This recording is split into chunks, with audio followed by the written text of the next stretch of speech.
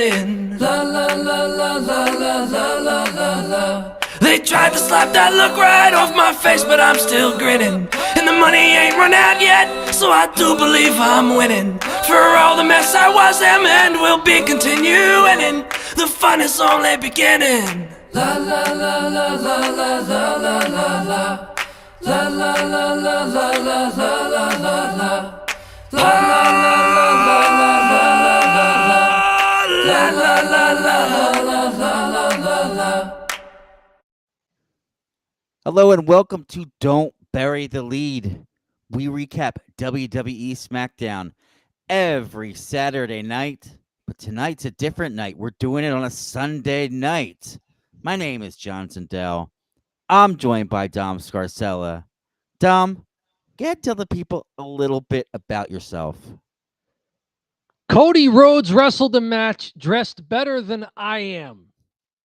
Without further ado, John, don't bury the lead. What's our top story from the October 17th episode of WWE Smackdown?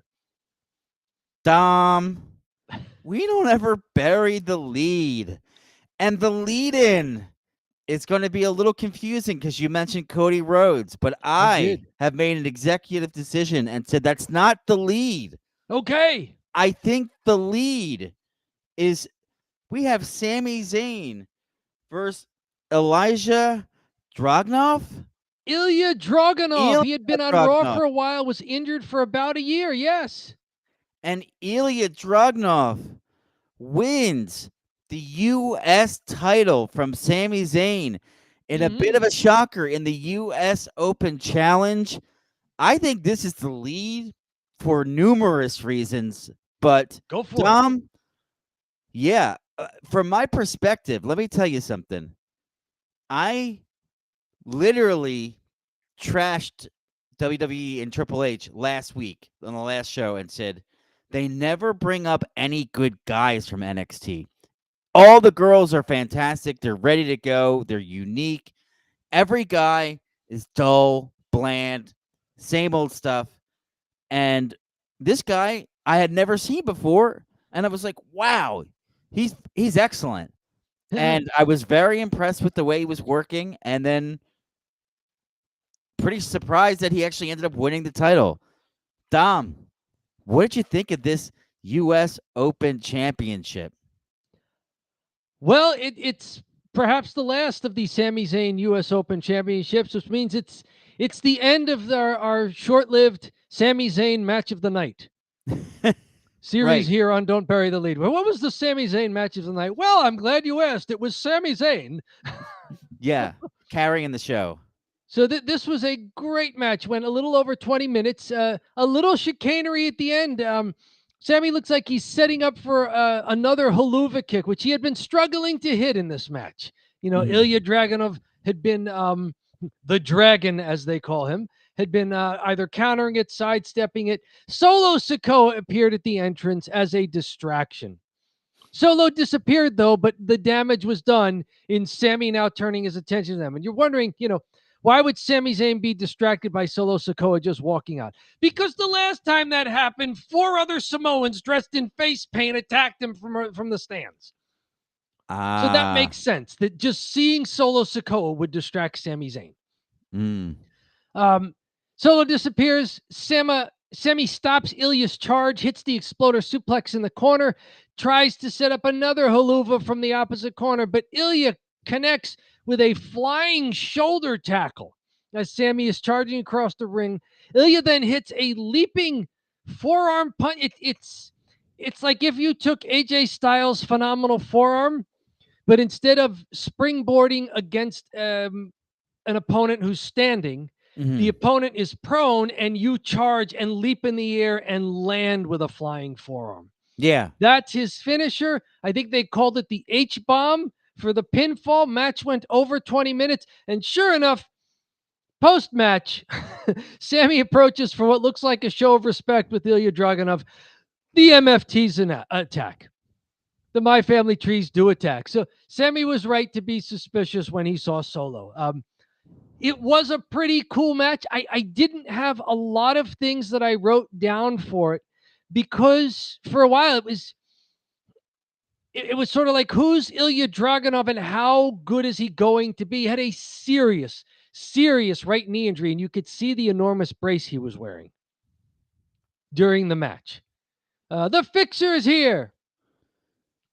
It was Sammy's idea to drop title. I thought it was simply because Sammy has to really continue this feud with Solo Sikoa, and it's maybe better if he does that without the belt.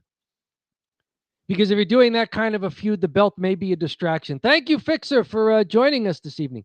I also think that what happened after this match with the Wyatt Six showing up to confront the MFTs, with the Vision on Raw now imploding because of Seth Rollins' injury, maybe War Games next month. It's already War Games Eve here. We're in October. It's War Games Eve. Maybe War Games is going to be Solo Sikoa and My Family Tree versus the Wyatt Six. They will need a fifth member because you can't put Nikki Cross in there into War Games. Will the fifth member be Sami Zayn? Who will the fifth member be? Yes. Okay, there you go. The Fixer has it too. So I did not hear that rumor. It just, I think about wrestling, almost as a booker. And so I'm just thinking about that. Like they keep playing up Wyatt Six versus the MFTs. The Wyatt Six needs one more guy. It makes sense if Sammy doesn't have the U.S. title, especially if Sammy's going to be chasing now, right? Because they're setting up Sami Zayn to be the underdog again. It's tough to be the underdog with a title. So this makes sense. Whoever idea it was, it makes sense. I'm going to miss the Sami Zayn match of the night. They were saying he wrestled for 7 straight weeks. So that was your constant. It was like you were going to see a Sami Zayn match. I'll tell you what, too. Just for me, Dragunov was fantastic. I was really, really impressed with him. And you mentioned AJ Styles before, and that's who I have on my notes. I was like, this guy kind of reminds me of AJ Styles. Not that he's cosplaying AJ Styles, right? He just the style of his wrestling is really intense and really athletic, like AJ Styles, right? For me, what stuck out for him was, good selling. And we always, or I should say, really, you really harp on how great Sami Zayn is at selling and really adds to the match. But Dragunov here for sure was excellent selling, grabbing his face and like making the faces and like he kind of do the thing where it seems like a little bit believable that he like injured his jaw or his nose or something like that. So really good stuff from him. He knows he's on TV, and he knows how the WWE produces TV, that they have the roving cameras around that will do close-ups. So he's one of the guys who understands the television product.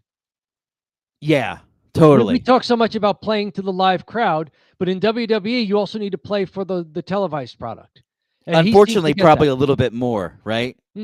Like, no offense to the live crowd, but you really got to understand that most of the people are on TV watching you. Sure. Thousands in the arena, hopefully millions on TV. So, yeah, really. Both men barely beat a 10 count. Like, they were brawling on the floor for a while. I thought the 10 count was really cool. Yeah. Because I thought for a second, okay, is this how Sammy wins the match? Because he got to his feet just a little sooner. But Ilya got into the ring, just barely beating the 10 count. It was a cool little spot because it keeps you guessing. So from my perspective too, the great German suplex by Ilya, like amazing looking, and I think too the way that he gets Sammy over, it's all him taking him over. Like, I don't think Sammy would have been like, cool, slam me this hard, I'll go with it. Like, but he just does it and potatoes him. But I mean, hey, you're there, you're gonna win the title. You've been out for a year. The level of intensity was through the roof. I do think that's an aspect sometimes that people they kind of sleep on a little bit. They're almost timid and trying to go through their moves. Like, it's supposed to look like a fight. So when you add in that intensity, it's like, oh yeah, this guy's crazy. it feels like it can go in real life, right? So Sure. that's like, it makes it a bit more believable. And I'll then give you a comparison. You brought up AJ Styles. I look at him and I see a little bit of Chad Gable. yeah, Short, but very muscular and strong, low center of gravity. So just like Chad Gable doesn't need the other guy to help him as much doing the belly to back suplex, yeah. simply because Chad's already lower than him. It feels a little bit like Dragunov is also a legit athlete like Chad Gable. Yeah. It's that's where I'm like tracking it. I do have one other interesting thing about this match that I wanted to point out. Very good. Two baby faces. Yes. One from Moscow, Russia. Yep. The other, a Muslim man.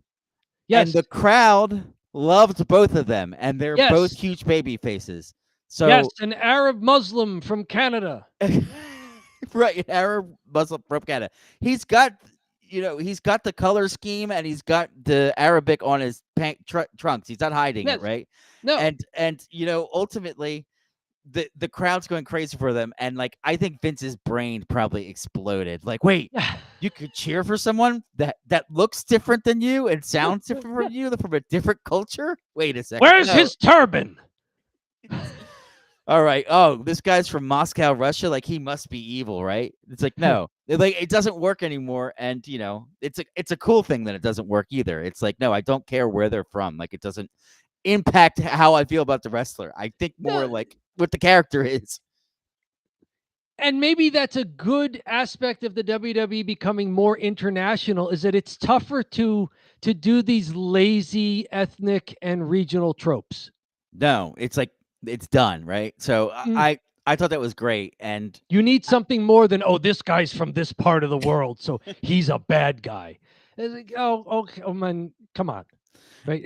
I feel like Vince would have, and the thing was too, they gave him Moscow, Russia, but I would have no idea until like if they didn't announce it, and then I feel like Vince would have had him in one of those hats, those big huge hats, like Nikolai Volkov wore.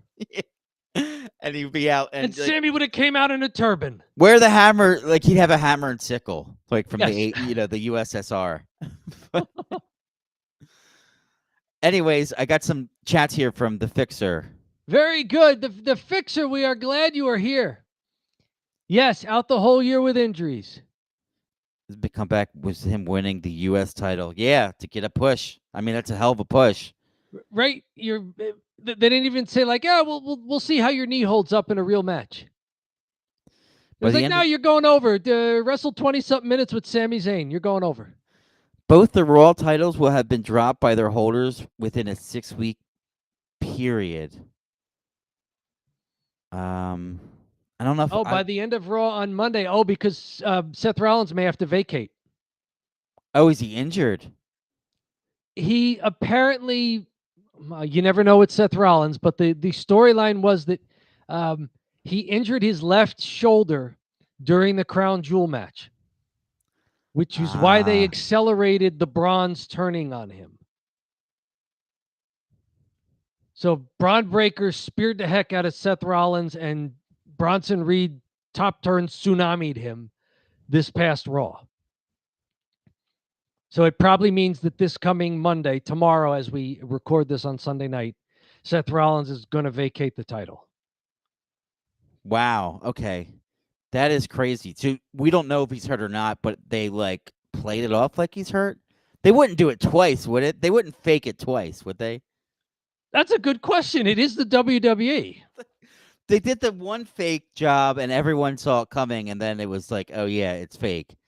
And boy, that'd be a big, I mean, I think they were really working toward Rollins versus Punk for a while there. Yep. Yeah, they give Punk the number one contender spot too. Yeah, they've been working toward Punk winning the title from Rollins, for a while. That's one of the things is like they're playing with their food with this angle, and something like that can happen when they're playing with their food for so long instead of like pulling the trigger, and they're like trying to drag it out and try to drag it out. There is that like circumstance where like, yeah, he could get injured. Well, it'll be 2 vacates in a couple of months. I mean, Naomi vacated because she's pregnant. Right. That's Now, crazier. to be fair, not only is that very good for her and for Jimmy Uso, her husband, but it also gave us an Io Sky Stephanie Vaquer match. And I think it only benefits her because she's hot right now. So Yeah. put her on the shelf. She comes back, she's going to be hot again. Rather than like, it's like almost great timing. Like she's hot enough where when she does come back, like you could play around with her being a baby face. And I mean, she is a heel and she's been better as a heel, but like she might start to get cheers, who knows? But Well, and this is a good question just to wrap up the Sami Zayn thing. Is he loses the belt after what was it, a couple of months at most?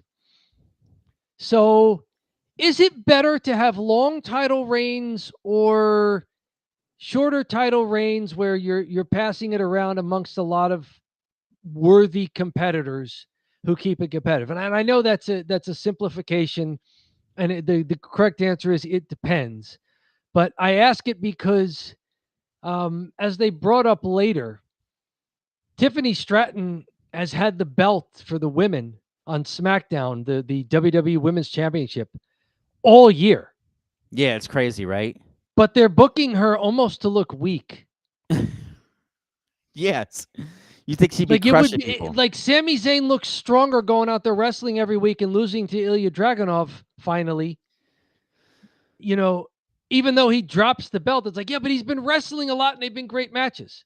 With Sami Zayn, I thought about this U.S. Open title picture, and I was just like, how long can they keep doing this before it's ridiculous? And he's like, is he just win every match every week nonstop? It's like it's and then he dropped the title, perfect timing. So two things, I was like worried that he'd be overstaying his welcome in the U.S. Open title thing. Like he can't go for 6 months doing this and just beating. No.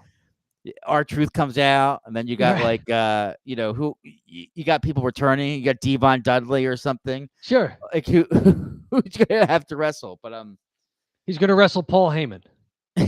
right, Heyman has to go. Oh my god, a Heyman Which isn't match that would- far off because they announced Tiffany Stratton's big title defense next week is against the manager, Who's that?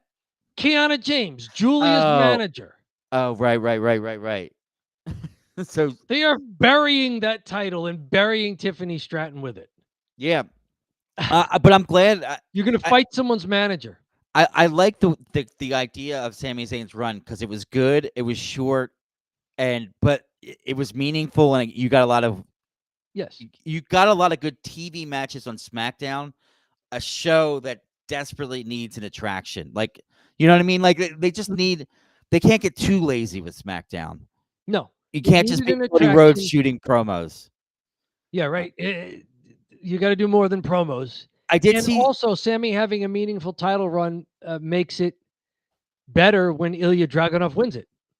Yeah, I did see something, a really interesting article, and I didn't send it to you because it felt like a little on No DQ about Okay. Smack or Raw ratings and the dip in the Raw ratings recently.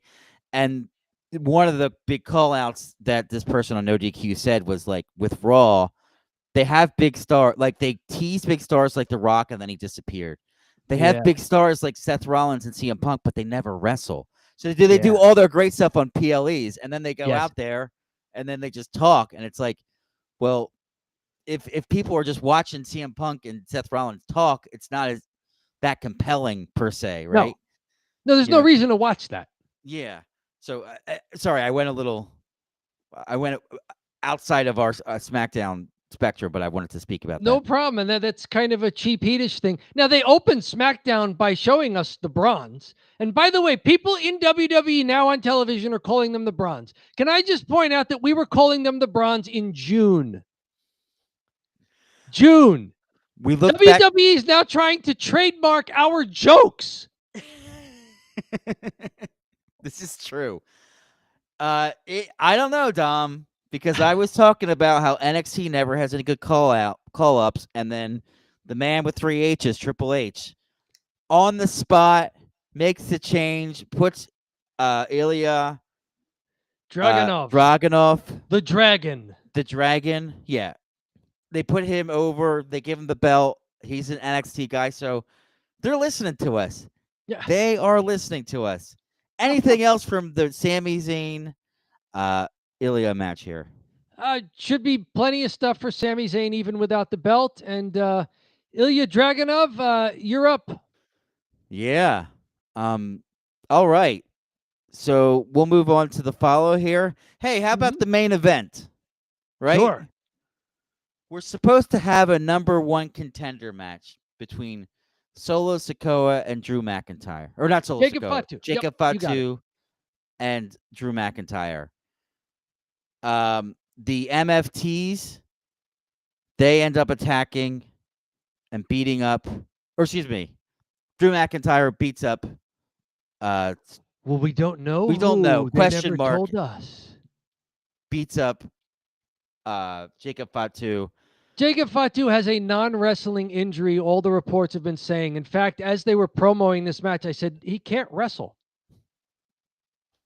Well, he's not allowed to wrestle. He's not allowed to wrestle. And then we see him just lying under some steel in the back with pools of fake blood under him and then the little fake teeth. The fake teeth. Yeah, really crazy with the teeth thing. Cody Rhodes ends up attacking Drew McIntyre. They have a match in the main event. Kind of a brawly match, and it's for the title, and you're like, oh my god, it's for the title, but there's 9 minutes left, and Cody Rhodes gets disqualified from the match for hitting Drew McIntyre with the belt. Dom, what did you think about this schmaz promo brawl to end SmackDown? I thought it was a good way to get out of the Jacob Fatu problem because he's another guy who looks like he's ready for a push. He's ready to get a taste of maybe that upper echelon of the world title picture. Not that they're going to put the belt on him right away, but he's ready to see if he can still get a crowd reaction and wrestle with those A-listers. But, you know, how are they going to get out of it? Well, Drew McIntyre walks out to the ring. He's all smiling because he knows that Jacob Fatu isn't going to be able to wrestle him. Nick Aldis walks out and says that if wonders if Drew had anything to do with the ambush on Jacob Fatu, because Drew is saying, you know, I guess I'm the number one contender if Jacob Fatu can't wrestle. And, you know, a little tense there with the boss as expected. And then Cody Rhodes storms out in his suit and says he's had enough of Drew McIntyre. He'll give him a title shot right now. Cody runs down, and as he's doing this, I'm saying to myself, those must be very comfortable shoes because he's wrestling in his dress shoes. You know, he must have very comfortable footwear, and he's probably wearing some pretty good socks there as well because he's just got the shoes and the socks. You know, he's got his form-fitting, custom-tailored suit, and I'm thinking, you know, it's not ripping in the back of the seams or anything. This must be some pretty sturdy material, perhaps flexible. You know, he's got some high-end clothes here. He's not buying off the rack in like Target. No, Cody Rhodes is out there with the comfortable shoes and the stretchy, form-fitting dress pants and everything else he's wearing. And he's very athletic, and they're having kind of a brawly match. They're brawling through the crowd for a while. They finally get into the ring, and Cody's saying, yes, this is a match, and says, ring the bell. And the referee says, okay, ring the bell. They're in the ring finally. And we get, you know, a hard-hitting, street fightish kind of grudge match between Cody Rhodes and Drew McIntyre.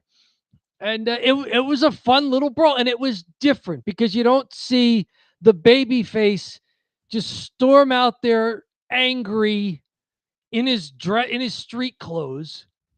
It was great. A different side of Cody that you could he's not just.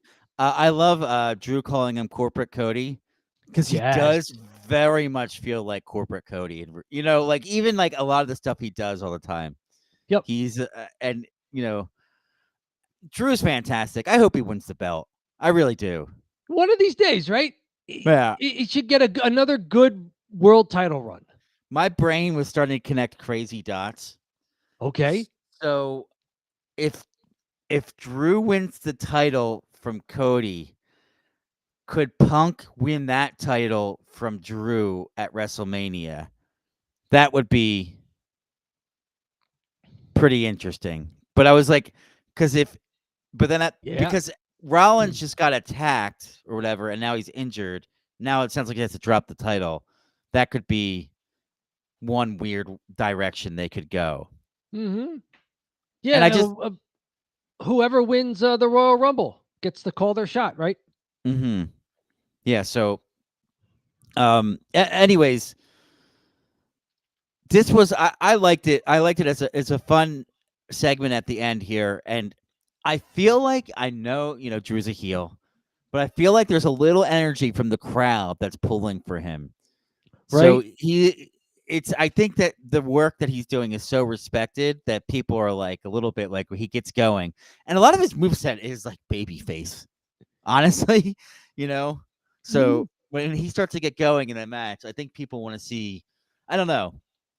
Cody's had the title for a very long time, and I know he dropped it, but it just feels like he's had it for still, right? He Yeah, gave because it he to Cena dropped it for John Cena, and since everybody wants to forget the John Cena heel turn, that means they're forgetting that Cody ever dropped the title. right, exactly. People are deleting the heel turn out of their head, Yeah. which I liked, but I feel like I like the heel turn too. I just thought they could have done it better. Oh yeah, Like his title reign could have been handled better. I thought the heel turn was wonderful. Yeah. So, yeah. but yeah. So Cody Rhodes versus Drew McIntyre. It also adds a wrinkle to why it is they're wrestling again. Mhm. And that maybe this time it's going to be Cody Rhodes who's going to be very aggressive and going after Drew McIntyre rather than Cody just waiting for people to come to him. Mhm. And with the Drew McIntyre, to your point, does it give you a little bit of Dominic Mysterio vibes? Like he gets heat, but it's respected heat. Yes. So when Dominic Mysterio finally got the belt, it's like people cheer for him now.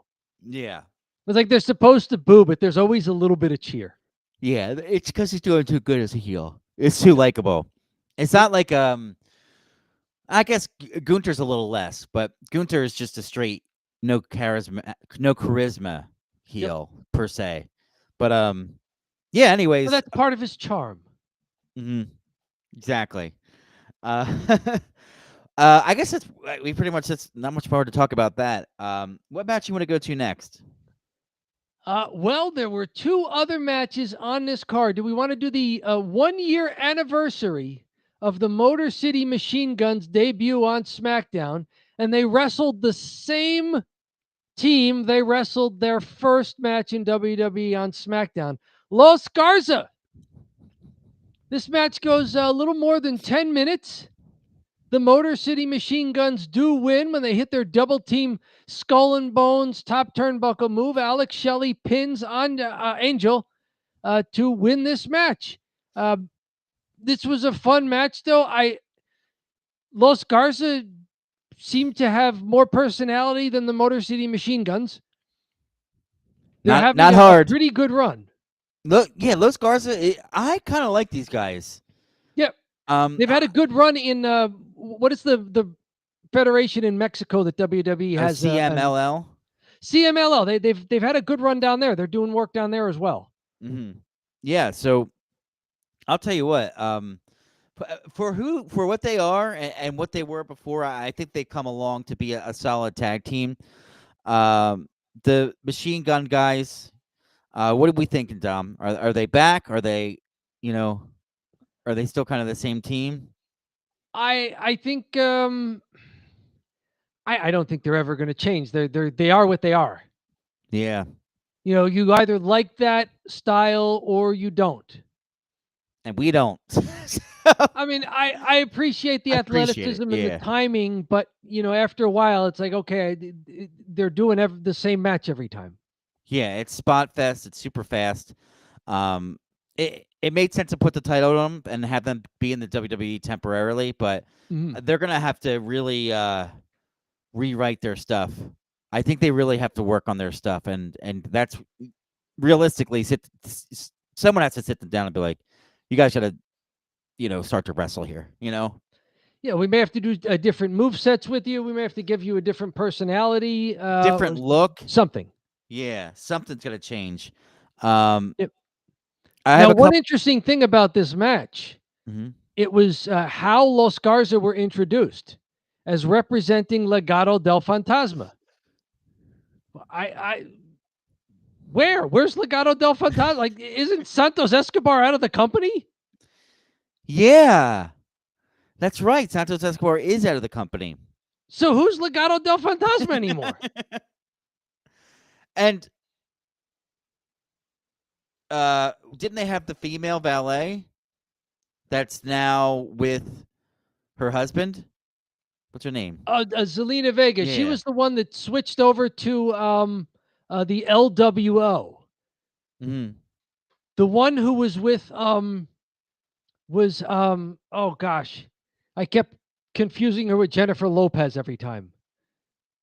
Mm-hmm. Gomez maybe. But yes, they had a female valet who would come out with Santos Escobar and sometimes interfere in matches. Yeah, it was the three of them. Yeah. How about this? I'm not sure what they're going to do. Like, why drop a Legado del Fantasma reference on us when we haven't seen Santos Escobar in weeks, and when you've been trying to give Angel and Berto their own sort of personality and gimmick and look and purpose. I just looked up Santos Escobar and I found this. WWE and Santos Escobar have come to terms on a new deal, and he is back with the promotion. This was 10 days ago. It was said that WWE management considered Escobar's creative concerns and made him a sizably larger offer than any of their previous overtures. The belief is that they came to the agreement yesterday. So, wow, very good. Good sleuthing on your part. So that answers the question. We're going to see a Santos Escobar return soon. And perhaps that's why they looped the name in, because he'll be a part of that team. That's the connecting the dots. That would make sense. Mm-hmm. So, pretty cool match overall. Berto does a single arm sit out power bomb, which you can do on the Motor City Machine Guns because for professional wrestlers they are smallish. Mm-hmm. They are both right around 200 pounds. Angel put Chris Sabin in a modified gory special, which is a stretch submission hold done over the attacking wrestler's back. And then as he has him there, Berto tags in, hits a springboard float over blockbuster for a 2 count. Right. And that was broken up by Alex Shelley pushing Angel into Berto to break up the pin. So a little creative there. So, I don't want to make it sound like I'm just trashing the Motor City Machine Guns. They're athletic and, they do what they're supposed to in the ring. I just like to see what they're supposed to do be a little less same match every week. Yeah. And I'll tell you what. Sami Zayn wrestled 7 straight weeks. It was a different match every time. Completely different. And you could do it so much easier too as a tag team because you only got to just mix up some of your stuff, right? Mm-hmm. Yeah. So I'm glad that the right guys won, and maybe those guys get better. But don't want to harp on this too much. There's been some comments that came through. I want to fix your. Very good. If you're live streaming with us tonight into the chat, if you're watching on the archive at YouTube, hey, subscribe while you're there and leave us a comment under this live stream. We like hearing from people who are watching what we do and listening in. Or I should do this. Here. He's been calling them the Bronze as well. Since they got together as the Vision together. Yeah. Once you saw Braun and Braun together, for me, it was just like you, Fixer. It was, okay, so I need shorthand for them because they haven't given them a name yet. Mm-hmm. And I'm not going to call them the Vision because that's just dumb. And that's basically a Seth Rollins thing. So I started calling them the Bronze. And because they were on Raw, we didn't cover their matches a lot. But there was one premium live event in June. We had them out there, and we're calling them the Bronze. Mm-hmm. Right. The main event, Jacob, was always going to be written out of TV now, in my opinion. This is an angle they can use to turn Cody heel. Oh, see, Cody Rhodes really is the new John Cena because everybody's wondering when he's going to turn heel. I It'll was happen in 20 years during his retirement year. it'd be way too long afterwards that they'll It'll do be it. after all of the thank you, Cody. Cody sucks. Let's go, Cody. Cody sucks chance. Mhm. Sometime in 2040, when Cody Rhodes is having his retirement thing after starring in yet another comic book movie, he'll come back for a year, give him 25 to 30 dates, and there will be this weird heel turn. Some of that sounds actually really realistic. He probably will be coming back from a superhero movie. He feels like a superhero movie guy, Yes. right? Like, The look at bleach him. blonde hair. The bleach blonde hair. Yeah, he feels like a superhero guy. Yep. And then there's a couple more. The door is there for them to say that Jacob attack was Cody. Oh, okay. Ooh. Because Cody Rhodes didn't want to face Jacob Fatu. Yeah, see, the WWE is good when they have to change course. They are very good, and I'll give the credit for this. They are very good at not writing themselves into corners. Yeah. And the way you don't write yourself into corners is you make more than one option going forward plausible. And so they have done that. Like Jay Cargill when she did the injury. Yes. A lot of stuff could have happened. It could have just been regular bad guys, or Yep. it was a double cross, and then they just decided to go, okay, it's a double cross. Yep. And But if it was Naomi plausible. if Naomi got injured or something, then you have all these other options. Okay, just make it one of the bad guys. Make Yep. it. I don't know. Make it Italia. Who cares? Zelina teamed with her husband. Yeah, Aleister Black. They now appear too much like Karrion Kross and Scarlett. I thought the same thing. Me three. I wrote down, is this why they had to release Karrion Kross and Scarlett? Because they wanted Zelina Vega and Aleister Black to do a low-rent version of the weird dark side couple? Why release them if you like their gimmick so much that you're giving it to two other people? That's why they had to do it, because you couldn't have two weird dark side couples. They already called dibs on it or something. Right? Yes, they just signed Aleister Black. Like, okay, well, we have to do him. And he was so over. Everybody is thinking this. Everybody who knows WWE programming is thinking the same thing. I was like, wait, isn't this just a Karrion Kross vignette with a different person? It totally is. It's a Karrion Kross vignette, and hey, cool. Like that would make sense. Like if Karrion Kross left the company and went to AEW, and they were just like, we kind of like this thing. Maybe they can try it. But they fired him. Yes. Why fire him? Then take his gimmick. That means you like the gimmick, and you like his work. Why? Why did any of this happen? I'm waiting for Aleister Black and Zelina Vega to do some sort of weird ballroom dance down a staircase.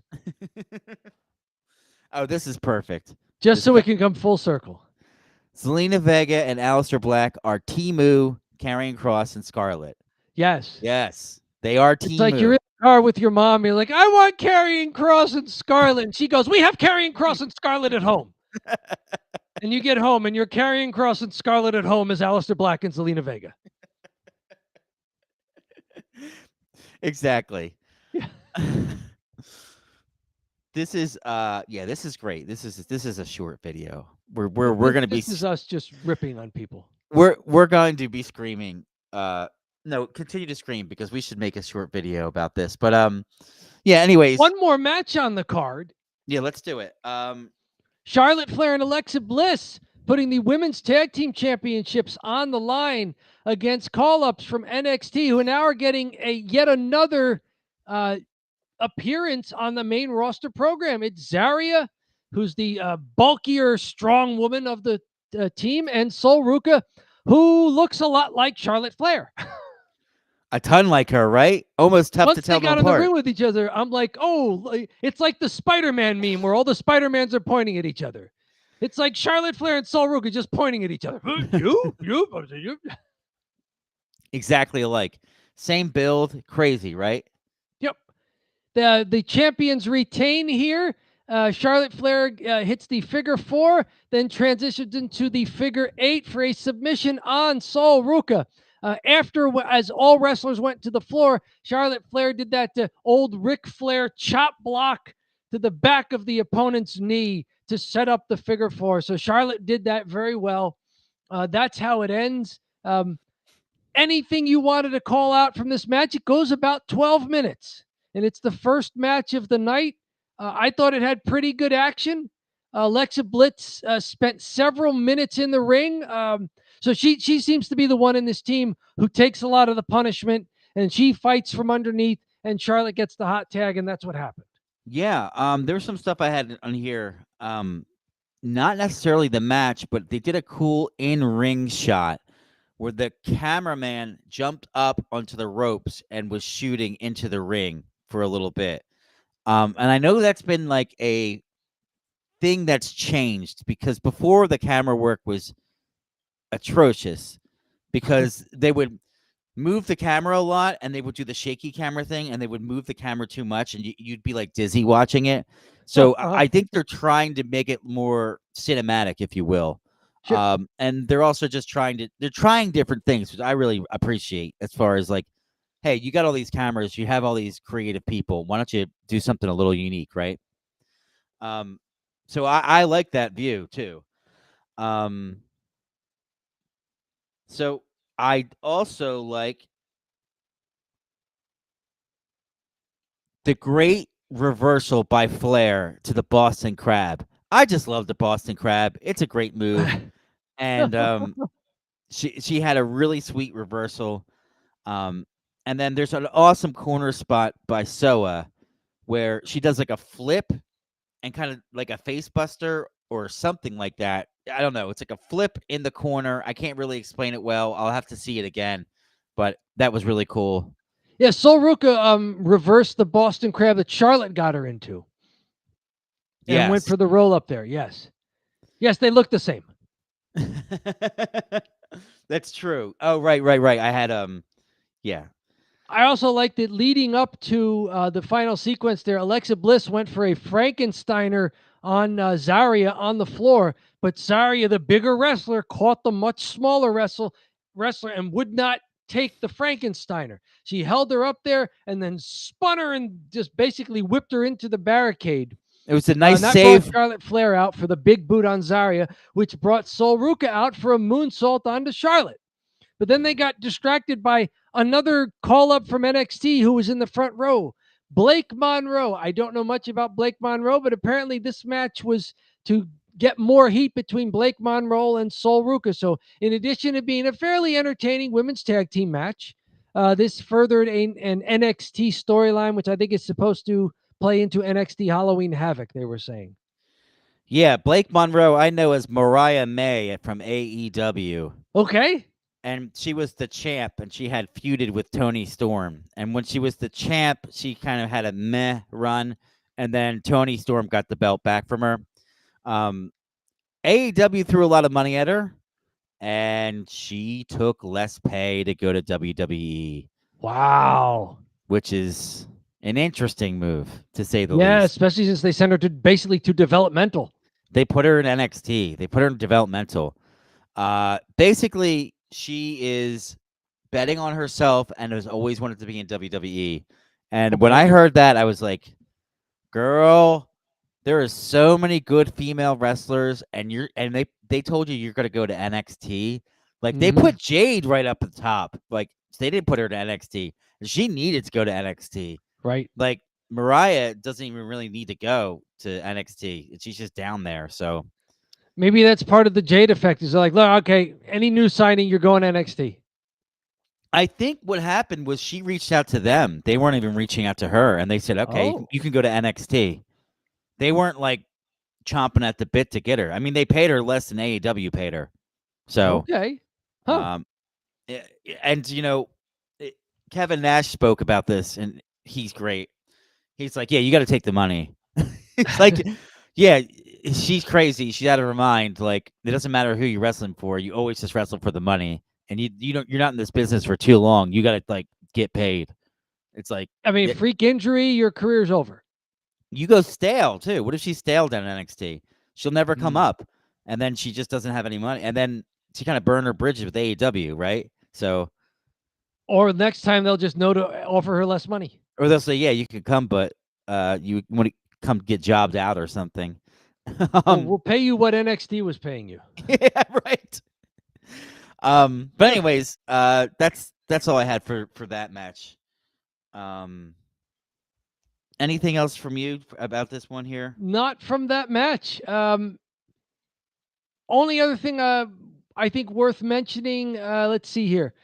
Carmelo Hayes returning the favor and ambushing The Miz as The Miz tries to answer the Sami Zayn challenge. That's what it was, him ambushing The Miz that caused the surprise entrance of a new challenger, because Sami Zayn wanted a fight. He wanted a match. And Yeah. that was Ilya Dragunov's return. I love that, and I meant to talk about it in the lead, but then I just didn't. I totally forgot to mention. Yeah, the Miz was supposed to wrestle them, and then the guy that comes out wins the title, which is even makes it more ridiculous, right? Right. Like you would think, like the guy that comes out is just going to be a whoever because they didn't advertise him, and it's like, oh no, it's this guy that's back from Raw. Well, it's a great way to do it. It's a great way to further the Carmelo Hayes Miz split, and maybe they have a good match down the road, which will be good for Carmelo Hayes. It also is a great way of making the Ilya Dragunov return be a surprise. This is a good one from the Fixer. I'm telling you now, Sol Ruka and Zarya are going to be main roster by the end of the year. Looks that way. They gave him a couple of at least 2 looks on SmackDown. And both looks, they looked good. And in both times they look good. They look like they belong. They're, as you said again, they're not cookie cutter wrestlers. They know how to wrestle. They both wrestle completely different styles. I don't know anybody that's wrestling both their styles on the thing, on the roster. She does look a lot like Charlotte Flair, but you know, Charlotte Flair is a blonde that's tall. What are you gonna do? Yeah, right. Make her not blonde and tall, you know? And then we got another one here. A rumor is that Bianca Belair is awaiting her clearance to wrestle now. Yes. That's another person who's been out for a long time. She did some very, very good work in that WrestleMania triple threat where she got injured and gutted out the finish of that match and actually ate the pin. That's crazy that the injury was that bad and she gritted her teeth through it. Yep. Yeah, she is a star and deserves whatever accolades she gets. So if she is still in shape and ready to come back, whichever brand she goes to, Raw or SmackDown, will be getting a big chip at the deadline. Yep. And you know, we're talking SmackDown. Is it drive time, do you think? I think it is drive time. I think we've covered just about all the neat stuff that happened here. It is time for us to distill this entire program we've watched into a simple thumbs up or a thumbs down. John, there are no ties. There are also no star ratings, no letter grades, and no number grades. You're taking this course, pass, fail. Dom, we're not Dave Meltzer. We don't do star ratings. We don't do 7 stars in the Tokyo Dome.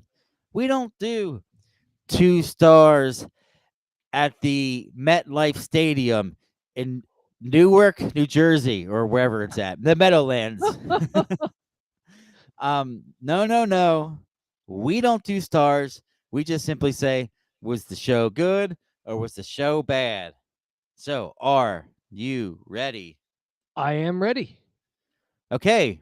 3, 2, 1. Oh, 2 thumbs up. Dom, why'd you give this show 2 thumbs up? I gave it a thumbs up. It was close, but the Sami Zayn match of the night was great again.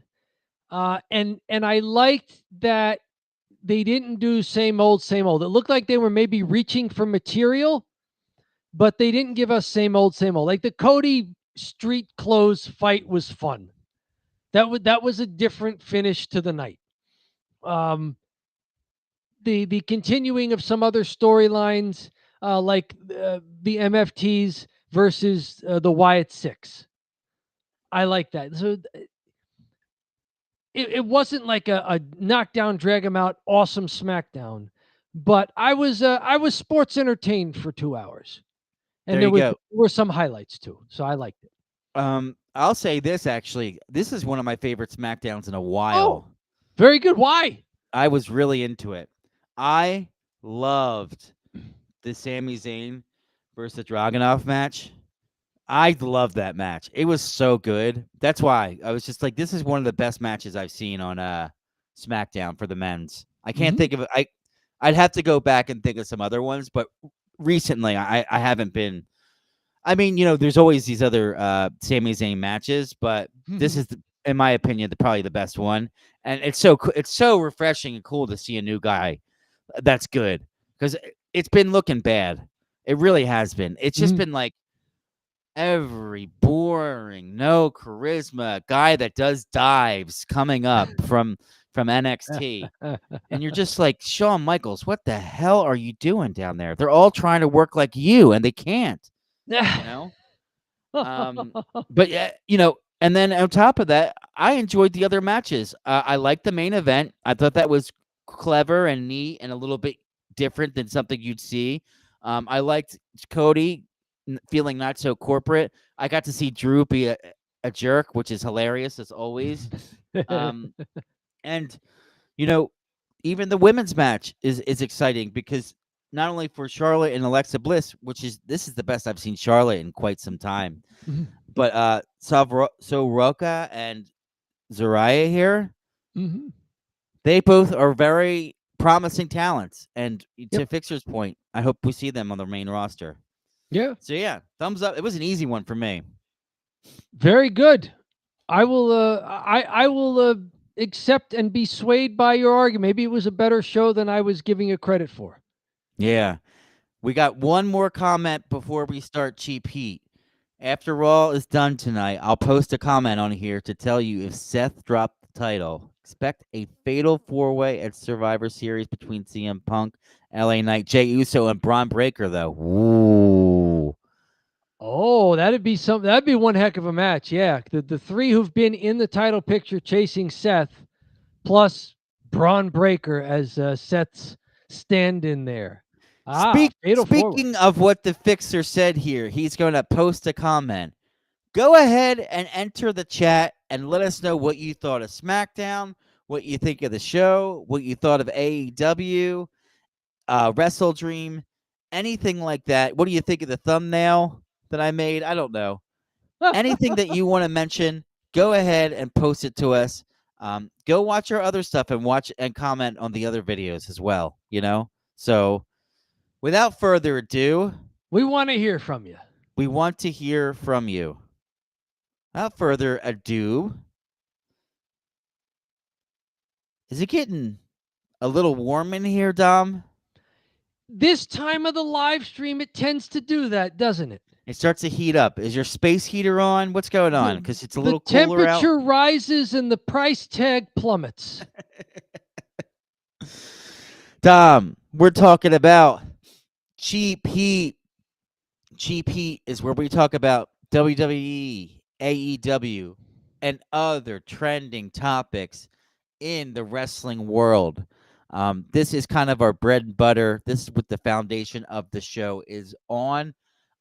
I take some of the conversations we have during this segment and we trim them down to smaller videos. We've had a lot of success doing that. Sometimes we post the full Cheap Heat. But for the most part, you're here for all the Cheap Heat now, where we're just going to be talking about trending topics. And I'll go ahead and kick it to Dom.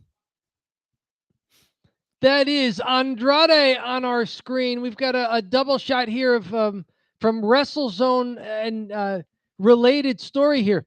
Andrade, the WWE is enforcing Andrade's non-compete clause without pay.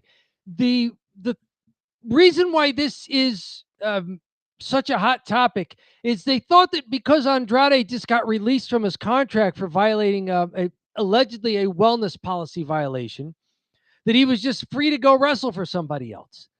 However, what the WWE is saying is the 90-day non-complete clause is still in effect.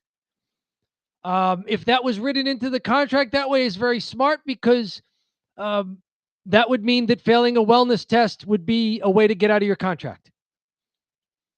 It's like, yeah, I want to go wrestle for this other company. I don't want to have to wait. Yeah, Let me fail a wellness policy thing. let me go. And they'll have to release me and I'll go work right away. So now there was some question with Andrade and with AEW about this because they had him on TV right away in AEW. And then he went down to Mexico and wrestled a little bit, but they're having problems bringing him onto AEW television to actually wrestle. Tony Khan was asked about that. And during Thursday's AEW WrestleDream media call, anticipating their pay-per-view this weekend, with Sports Illustrated's John Alba, who does some good work in the pro wrestling field. And Tony said, well, I would echo sentiments I had said back at World's End 2023 when Andrade initially left a few years ago. I would say I have a ton of respect for Andrade El Idolo. I think he's an amazing wrestler, and I think when he left in 2023, it was on a very high note. That's just to reiterate everything I said at his departure a few years ago. I still feel that way. I think Andrade is a great wrestler, and I'm excited to see what's next for him. And I would leave it at that. Khan asked Alba if he had a follow-up on anything else. Alba asked about Andrade again. If he was under contract as he understood it, or if he was aware of any potential non-compete clause. And Tony said, I would just echo the sentiments again. When Andrade had initially left in 2023. I have a ton of respect for him. Blah, blah, blah, blah, blah. I really enjoyed working with him in the past, and I'm excited to see what's next for him. Thank you for asking. So Tony Khan is basically in a hostage video. That is like the most non-answery answer. Well, I can't say anything, but I thank you for asking. Oh, Andrade, yeah, he wrestled for us 2 years ago. Yeah, he was great. I wonder what's next for him. He was on your television program. I wondered, I wonder. 2 weeks ago, he was on your television program. I wonder if he was on the TV show and then WWE contacted them or their lawyers contacted, or that probably happened because of the question over Andrade's status. You know, it wasn't like his contract expired and he had the 90-day no compete, or that he was released with pay for 90 days so he couldn't compete during those 90 days. They're saying this was the way WrestleZone is reporting it is he's got a non-compete clause without pay. So if you fail a wellness test, you don't get extra stuff for that. Yeah. You still have to honor the 90-day no complete, and you may not get paid during it. I wonder so don't fail wellness tests. Don't use that as a loophole. Yeah. I wonder what would happen though, like would they sue AEW? Like what could they even really do with a non-compete? I don't know. I don't know enough about non-competes. It probably had to be first a cease and desist, because on one hand, it's probably Andrade and his agent's responsibility to inform any other potential employers that he has a non-compete. Mm-hmm. So if he had told them that they didn't, then maybe it would be difficult to say that AEW was clearly at fault and knew about it. It's got to be on Andrade, not AEW. It might be on Andrade, but what are they going to sue him for? They fired him. Exactly. So it was probably a cease and desist letter, maybe from WWE to AEW and to Andrade, informing them, hey, you had a contract and there's some stipulations that are still going for 90 days. And at that point, everybody said, okay. Now, if they had ignored the cease and desist letter, then maybe you're looking at more legal action about contract enforcement. Interesting. But if it was as simple as one cease and desist letter and Tony Khan giving a hostage video during a press conference, then apparently everything worked.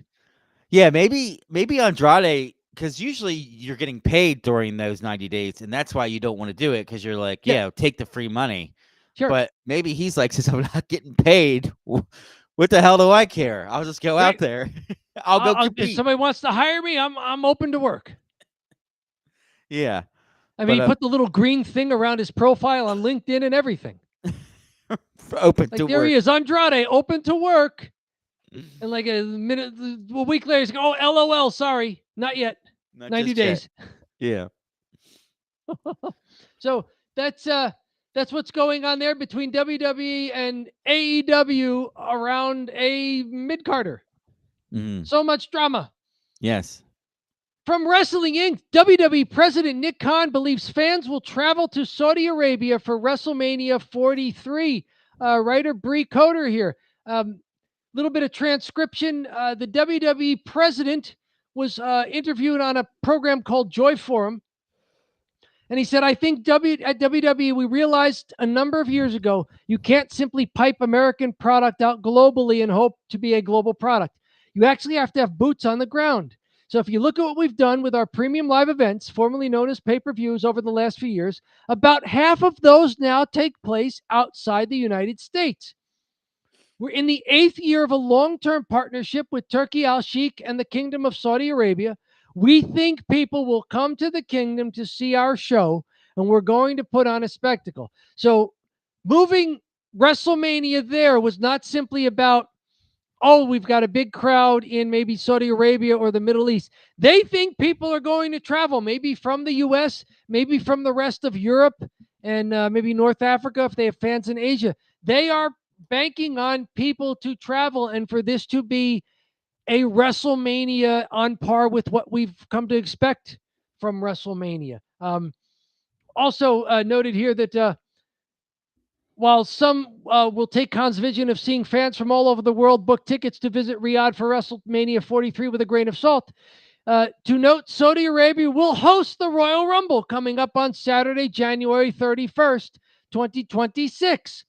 So they're getting maybe the second biggest show in WWE while they wait for 2027 when they get the biggest show. Wow. Yeah, I guess that'll be a good test to see if people actually go, because if people don't go to Yes. the Rumble, then they're not going to go to WrestleMania. Yeah, I think they rely more on people to go to the 2-night WrestleMania with the fan fest and everything in the bigger stadium than just Royal Rumble. But they've been running premium live events there, and they've gotten pretty good crowds. The question is, can you sell the kind of high price extras that usually accompany a WrestleMania? Not only higher ticket prices, but the higher prices for all the extras in the fan experience and all the extra gimmicks that you could buy. It's basically like a WrestleCon in addition to a 2-night premium live event. So will you need people from the US and from Europe, wealthier people, to be willing to travel for WrestleMania to make it a WrestleMania that we've come to expect from WrestleMania? So that they've got, a year and a half to figure that out. You know what's interesting, Dom, about this guy's point?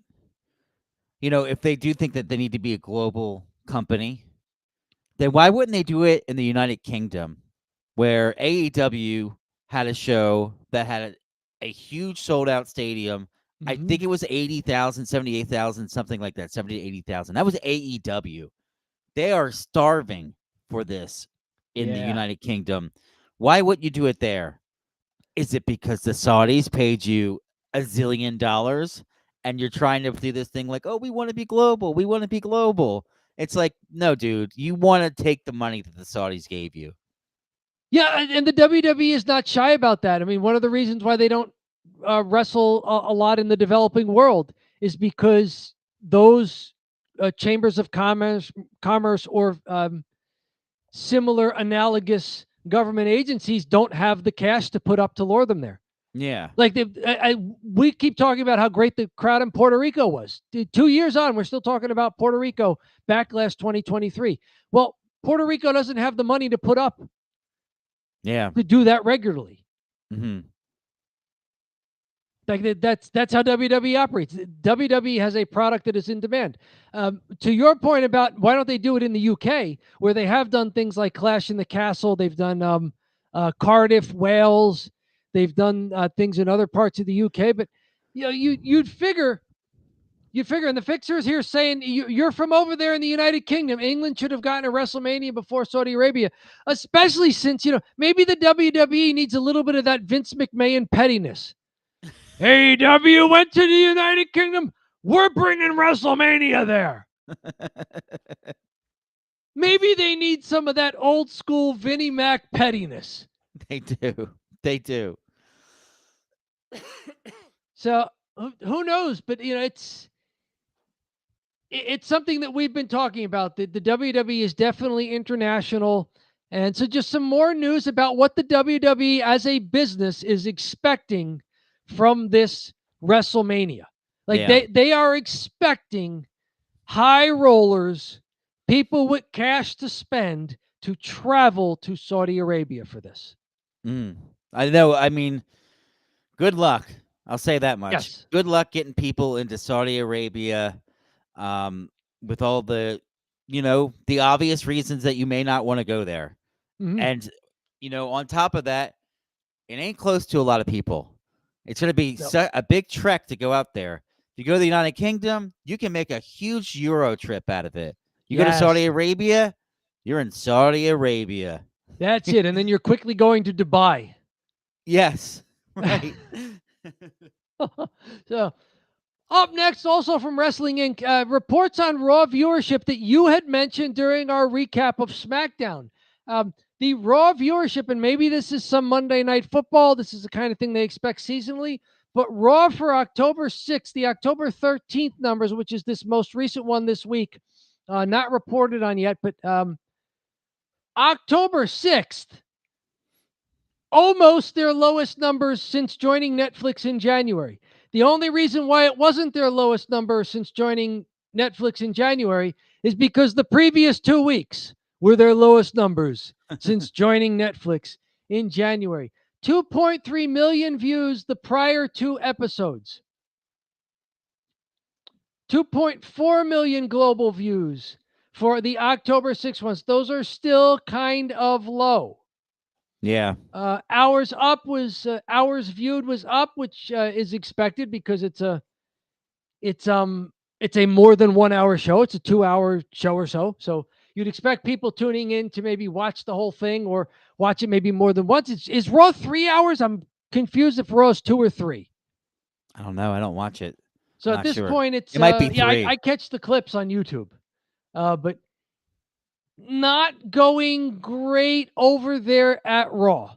So for all the money that's pouring into them, we covered some of the SmackDown ratings last week, and whether or not the new way that Nielsen tries to count viewership in the streaming television age, what would that mean for wrestling products?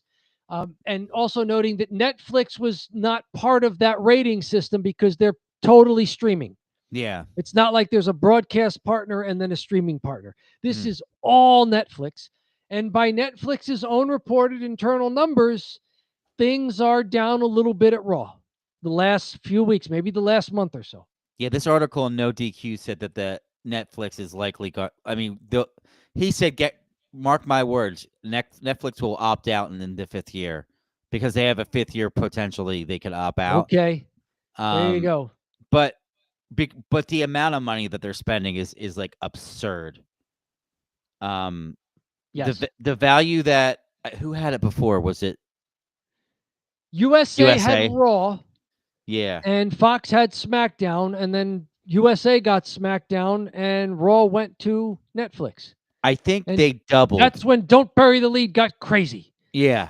I think Netflix is what it doubled what Raw Netflix paid double to get what USA was paying.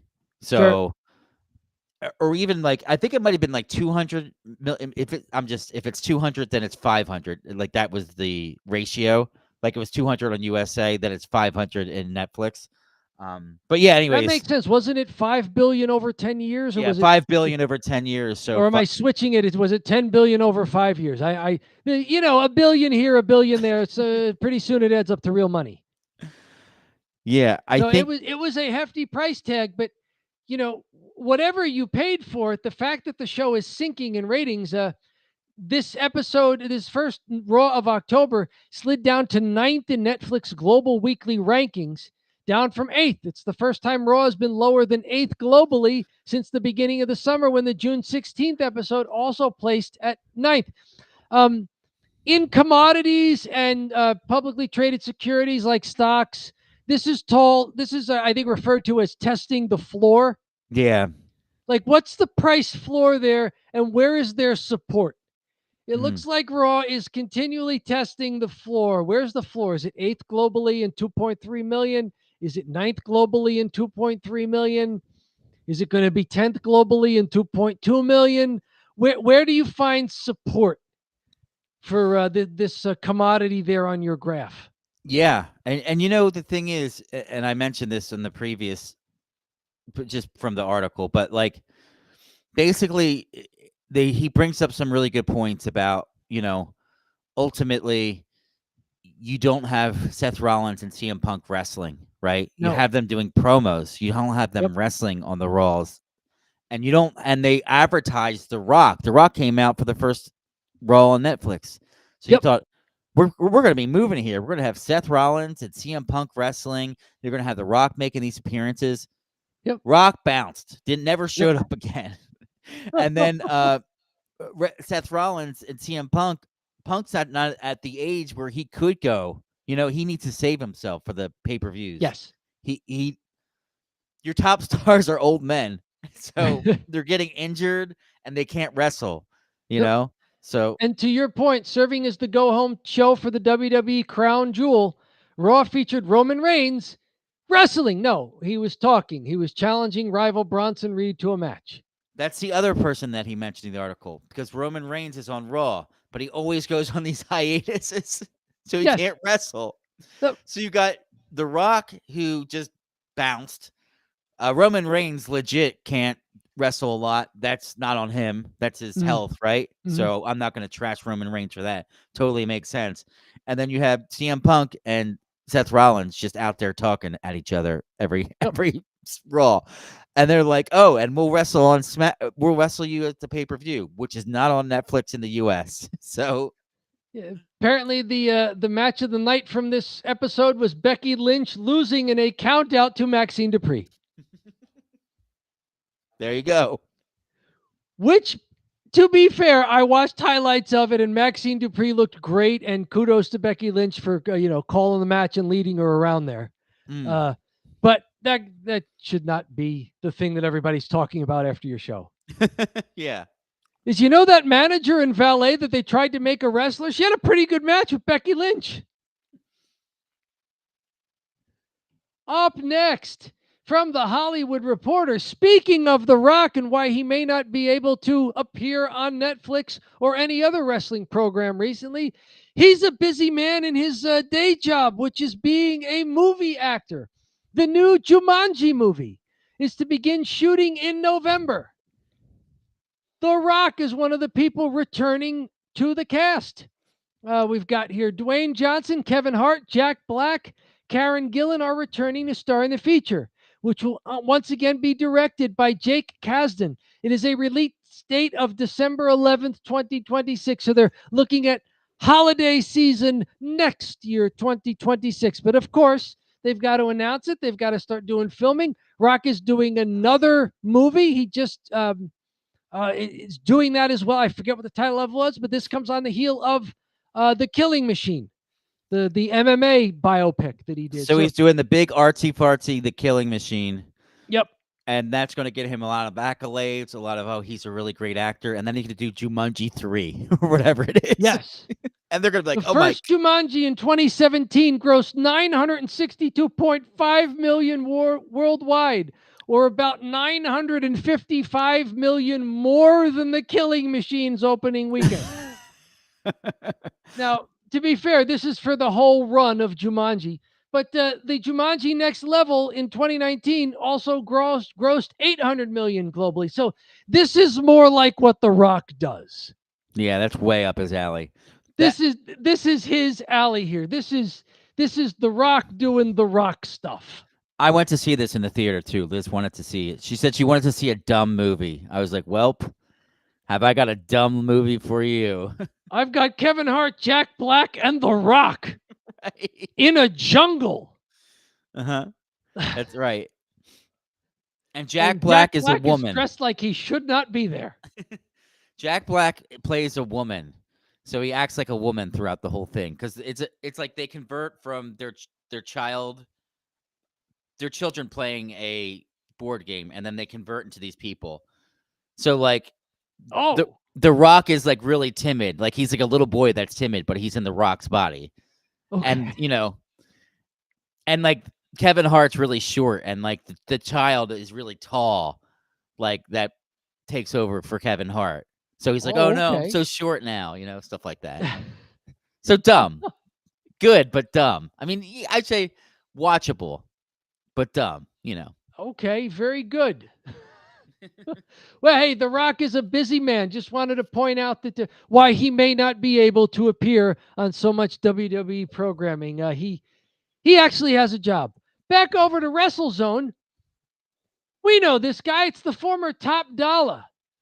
He's a don't bury the lead legend. This is AJ Francis. He has clapped back at critics questioning the inclusion of YouTubers in pro wrestling. Uh, he was on Bound for Glory, TNA's big pay-per-view, Bound for Glory.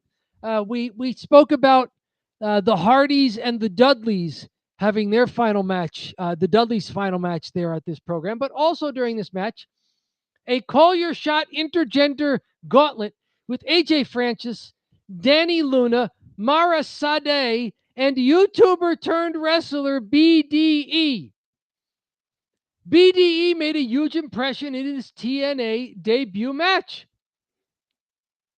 Apparently, they're doing more of these YouTube stars. YouTube stars are like the old celebrities that WWE used to bring in. Yeah, I mean they're pretty much celebrities, right? Yeah, and I just want to say, if you are looking to bring in more WWE, AEW, TNA, anybody, big promotions that want to bring in more YouTube stars, I hereby nominate the Bonsall Street Bomber, Let's who do has it, baby. become a YouTube star in his second life, his post-ring life. He is now a YouTube star. The Bonsall Street Bomber, former NJCW champion, This is true. This is true. will appear for If the Price is Right on your wrestling program, on your premium live event. And I promise he can slap better than Travis Scott. I would do better than Travis Scott. I'll just put that out there. Yeah. That would be funny if somehow I got back into wrestling through this show, but you know what? We'll let that settle. I would love to go job somewhere, but um If you are looking for YouTube stars, considering how much WWE takes from our show, the Bonsall Street Bomber is ready I'm for here. your major television promotion. I have a couple comments from the Sure. fixer I wanted to pull up. This is from the previous stuff. Um this is a good one.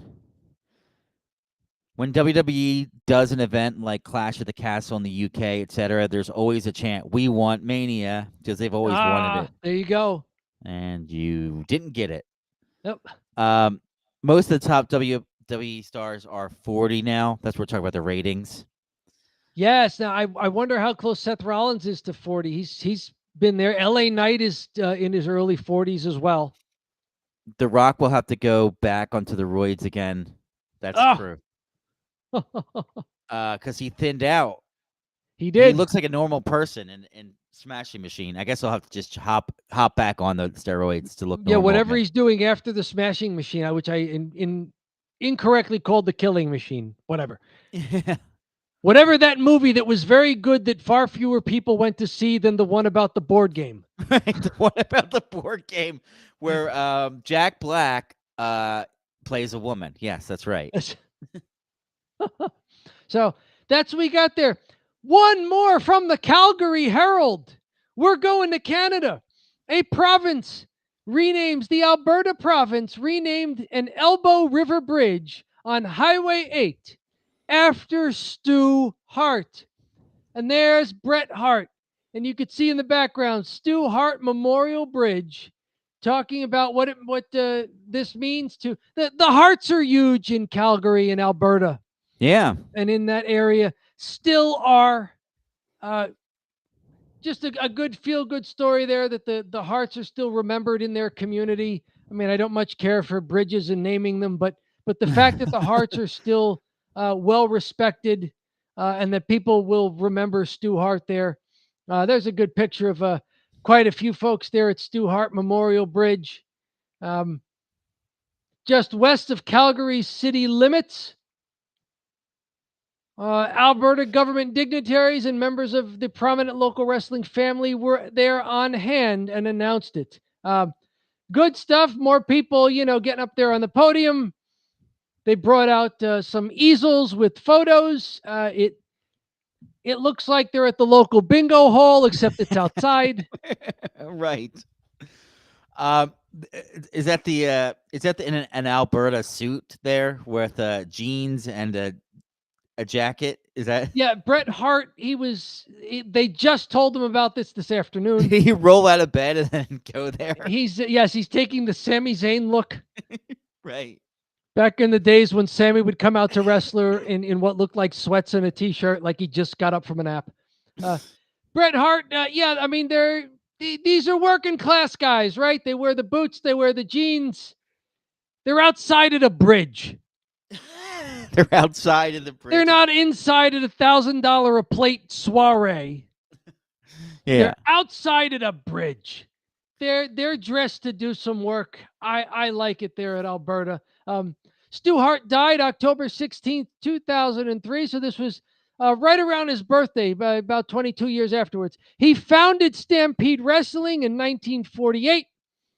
The promotion ran on television for more than 30 years, was a precursor to the World Wrestling Entertainment that they found there, that many of his family members, his sons, Brett, Owen, other family members like Davey Boy Smith, who married in to the family, Jim the Anvil Neidhart. Hart also ran a wrestling gym and training academy out of the basement of his family's former Pattersonite home, fittingly called the Dungeon. Everyone's been at. Yeah. Everybody mentions the Dungeon if you've ever been there. In his later years, Hart became known for philanthropic endeavors, supporting 30 local charities, including Shriners Hospitals for Children and the Alberta Firefighters Toy Fund. These are cool people. Stu Hart seems like he was a good bloke. Oh yeah. I mean, if you really want to go down a rabbit hole, go look up some like Stu Hart interviews or him talking or people doing impressions of Stu Hart. It's pretty good stuff. Closing here, Bret Hart says, in a lot of ways, it's very symbolic for my father to be honored with a bridge because he was a bridge in many ways to so many people and so many things, from wrestling to just his roots in Canada. Yeah, you wonder how many people got into big-time pro wrestling because of Stampede in Calgary. It's a great quote from Bret Hart. Right? Mm-hmm. So very good. Good stuff all around, ending on a high note. That's what we got. It's unseasonably warm. It's pathologically frugal. John, what is it? Tom, it's cheap heat. Yes, and that's good practice for your conference calls at work there. Mine too. I've been on a few of those lately. Yeah, okay. So this is our next section here, folks. We have a good amount of people on, so hang on. Stay with us for a little bit longer. We're doing the Italian goodbye. Now, this may seem like a quick exit of the show, but it's not. You may be familiar with an Irish goodbye when you're like, oh, I got to go. I'm not going to say bye to anyone. I'm going to just hit my laptop, turn it off. I'm out of here. This is the Italian goodbye, where we start to say goodbye. Then we start talking about some other stuff. Then we start talking about some other stuff. Then we can start to say goodbye. Then we start talking about some other stuff. You get the point. It's and a you very gotta get long the leftovers. goodbye. You got to get the leftovers. Bring stuff home. And as you're leaving, oh, but one more thing. You want these potatoes? Yeah. One more we thing. We can't eat them all. We don't want them to go bad. We don't want them to go bad. Well, if they're going to go bad, I'll take them. I don't want them to go bad either. Yeah. One more thing. Could you check out this leak I'm having? Okay, I'll go check out the leak. What do you think about this? Oh, I just remembered. I ran into and they mentioned you, and we all should get together sometime. Exactly. While you So do, if we missed anything from this show, now is your time in the live stream to mention it. Do you think we shortchanged anything from this episode of SmackDown? Are there any other things from Cheap Heat you wanted us to talk about? Do you disagree with our takes on anything that we mentioned in Cheap Heat or in the recap of the SmackDown program?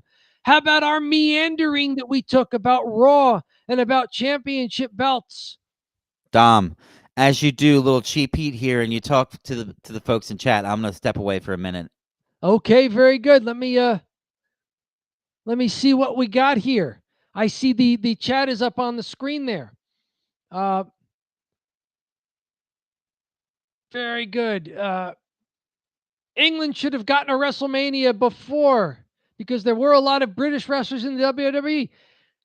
That's right. Wasn't there a UK version of NXT that they were doing a lot of developmental talent out of there?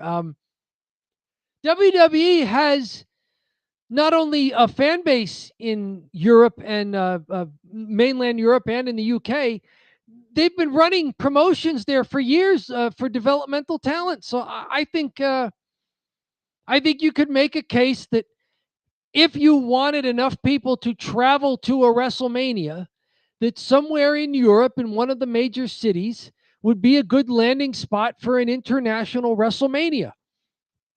Europe is the developed world. You've probably got people who could afford to do a lot of the extras that are involved in WrestleMania. It's densely populated, so you've got quite a large hundreds of millions of people who are close enough where they could travel to it.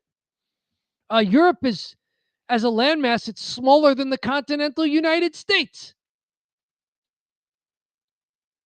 And it's got more people. There's more people in less area in Europe than there are in the United States. So yeah, Europe is fertile ground. I would not be surprised if they got a WrestleMania in the near future. The Fixer in here.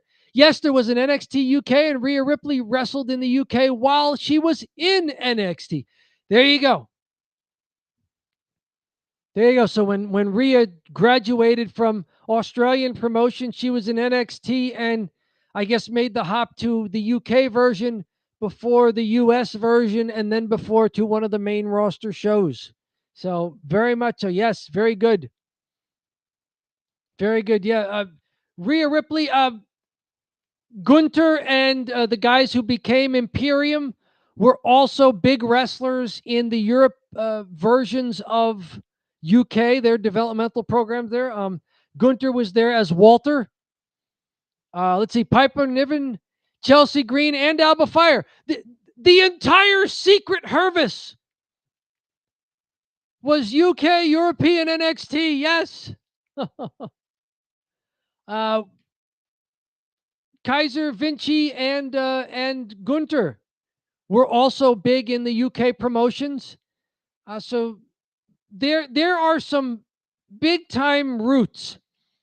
Fraxian as well, yes. Nathan Frazier and Axiom. Axiom being from Spain and Nathan Frazier being from the UK. Lots of people got their start in the UK.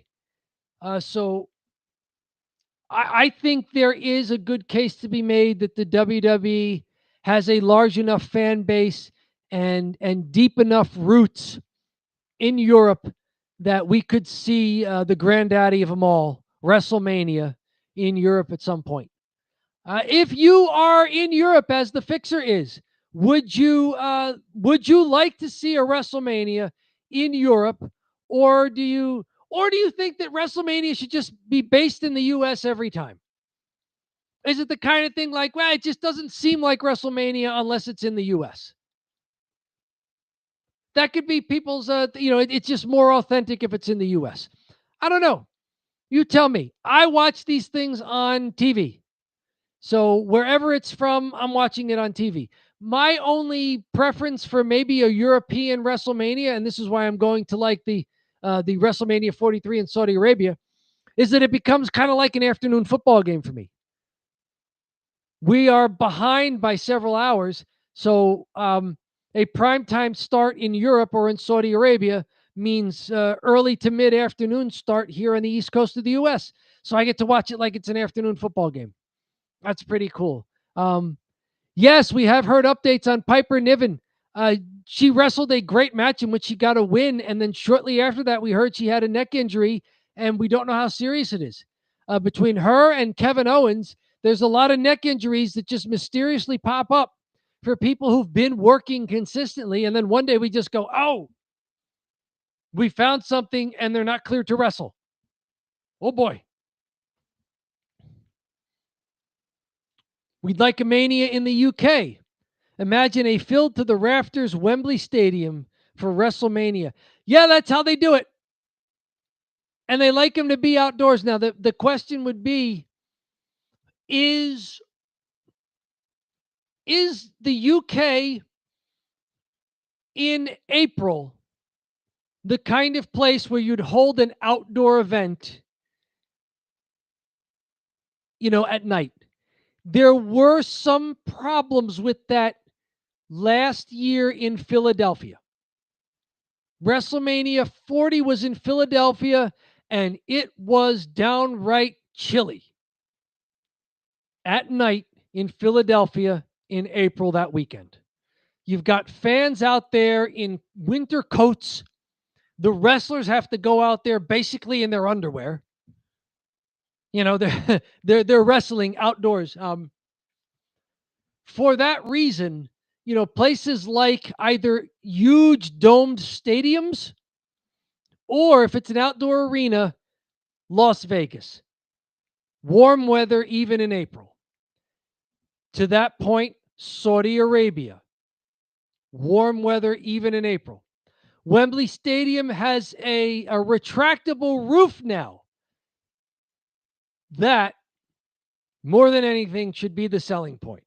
WWE knows about the fan base in Europe and especially in the UK. They know that they will draw a big crowd and that people in Europe can spend money. If Wembley has the retractable roof and can mitigate the April weather there in the UK, which can get cold and rainy, and we don't want to be outside for 4 hours at night. And especially protecting the wrestlers, protecting the people who are working, then that might be a big selling point, if not the biggest, that there is an appropriate venue that can make this program work this time of year in this location. Yes, thank you for that extra information there, Fixer. You are the third man in the booth tonight. We love it. So, we've talked about the Smackdown program here. I hinted at something during our recap. It's that one of the backstage vignettes was Tiffany Stratton setting up a match between her and Kiana James, who is Julia's manager. Julia is the WWE Women's United States Champion. She does not wrestle very much on TV, which is too bad, because from what I've heard, she's a good wrestler. I'd like to see her wrestle. Tiffany Stratton will be wrestling a manager. And I wonder if everybody involved in that triple threat that had a botch that finished SmackDown a couple of weeks ago is now being punished. We have not seen Jade since that match. We have not seen Nia Jax since that match. We saw Tiffany Stratton long enough for her to lose in 10 minutes to Stephanie Vaquer and then get booked with Julia's manager. I wonder if everybody involved in that botch fest of a finish is getting... yes, her last solo match ended in 10 seconds. Yes. Meechin rolled her up right away. Yes, Kiana James. Yep. So the WWE Women's Champion is facing someone who lost in 10 seconds to Meechin. Nothing against Meechin. You're supposed to beat somebody's manager in 10 seconds. It sounds like Tiffany Stratton is getting punished here. The problem with that is that they are not so much punishing Tiffany Stratton as they are making the belt look bad. Yeah. Is she going to punish her, make her drop the belt? Yeah. But then the question becomes to who? We're punishing everybody else too. And this is the problem. You have to protect the championships. We went through this in NJCW. At one point, I heard someone pose a question like, is the Bonsall Street Bomber ready for the title picture? And, the thought was at the time, do we give it to him just as a fluke? And then he drops it. And my contribution to that conversation was, don't do that because it tarnishes the championship. Yeah. If you want the Bonsall Street Bomber in that title picture, do it because the Bonsall Street Bomber is no longer just going to be the comedy wrestler. Mhm. You're going to use the Bomber as a real wrestler now and let him do it. We kind of did both. Yeah. Because Nasty Nick, I was wrestling Nasty Nick, who was a powerhouse, huge guy. And Steve, and I get knocked down, and Nasty Nick's about to put his finishing move on me. Eric distracts the ref. Steve comes from the back, throws Nasty Nick off of the top rope, hits him with the elbow. I'm knocked out, drags my dead body on top of him. Ref turns around. I'm pinning him 1, 2, 3. There you go. So, yeah. So that's how I did it, as chicken crap as you could. But Yep. then, like, once I had the belt, it was like, it snapped into me that, like, oh, I need to get wins, Mm-hmm. So you can't tarnish the belt. I mean, the Raw Women's World Championship has switched hands a few times this year. mhm. It went from Rhea to Io. It went from Io to Naomi on the cash-in. It had to Yeah. be vacated. It's now Stephanie Vaquer. But Mhm. despite all those switches, the belt still looks strong. Like, the championship is prestigious. So now that anybody who's in the fight looks good because of it. Right. The world title for the women on SmackDown just looks like a worse and worse belt. Right. And let's see the fixture here. The botch wasn't on Tiffany Stratton, though. It was on Nia Jax after Nia slammed Jade's head off the steps, injuring Jade. No, first of all, the botch was on Jade for not getting her hand up. Nia just tossed her towards the steps. It's on the wrestler taking the move to get the hand up to block. Jade did not get the hand up to block and on her own went head first in there. It's not like Nia had her by the hair and was pounding her head into the steps. That was on Jade. The botch at the end was that Tiffany Stratton was supposed to break up Jade's pinfall. Jade hit her kind of boss woman slam on Nia Jax, and that was supposed to be enough to pin Nia. And Tiffany Stratton was supposed to quickly knock Jade off of that cover and steal the pin from Jade. Tiffany was late. Nia Jax had to kick out. And then Tiffany, instead of following up with some sort of move, just went into the cover on Nia. Well, at that point, Nia thought it was the finish and just laid there. The ref refused to count 3. And then they had to just ad lib a finish on top of that. So Nia Jax was the only person who didn't botch anything. Jade was supposed to get the hand up there and didn't. Now, to be fair to Jade, it's a tough move. It's a little bit chaotic, and Jade handled it well. She got up, got some color the hard way, but she finished the match as she was supposed to. So that botch wasn't even a big deal. Some people may see it's even cooler. It's like, yeah, she got some color the hard way. She was legit bleeding above her right eye there through the eyebrow. The botch was the finish. And I think everybody involved is getting punished. We haven't seen Nia. We haven't seen Jade. That was supposed to lead to, if that finish went off the way it was supposed to, that was supposed to lead to some extra heat between Jade and Tiffany Stratton. That Tiffany stole the pin from Jade. It was Jade who did the hard work. It was Jade who hit the finishing move on Nia and had the pinfall, and Tiffany stole it. It was kind of a heel move by Tiffany Stratton, too. But that whole finish was botched, and everybody's getting punished. And by extension, they're punishing the title. The title now looks like an afterthought.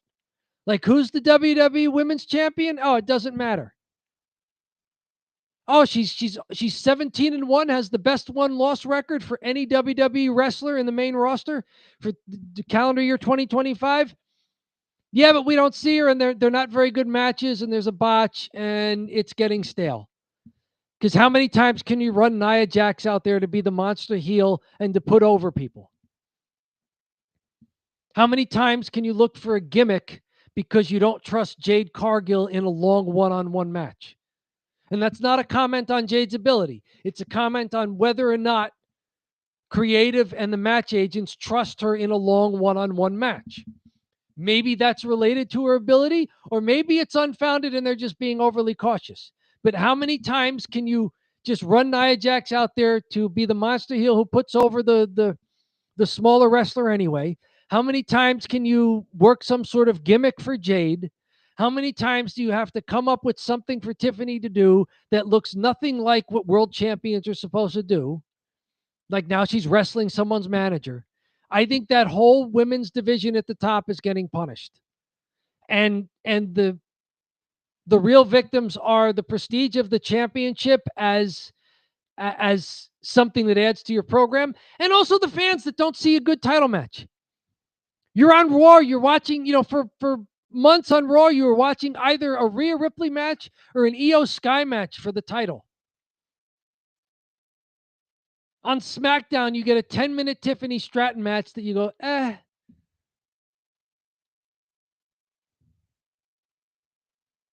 It's not a good situation for anybody, and creative's got to come up with something. There's all this bad luck happening on Raw with title holders. They've got to vacate titles. They've got to move things around. And yet on SmackDown, where they don't have that problem, and it's just up to creative to either come up with good things to do and good characters for people, SmackDown is not doing Fixer saying Tiffany versus Nia's got on long enough anyhow. Yes, absolutely. We've been saying that. Like, how many times can you run them out there? It wasn't like they've had a good rival. They had a good rivalry, and it was probably the best stuff that Tiffany's put on. Yes. But at the end of the day, like, it's over, right? We got to move on.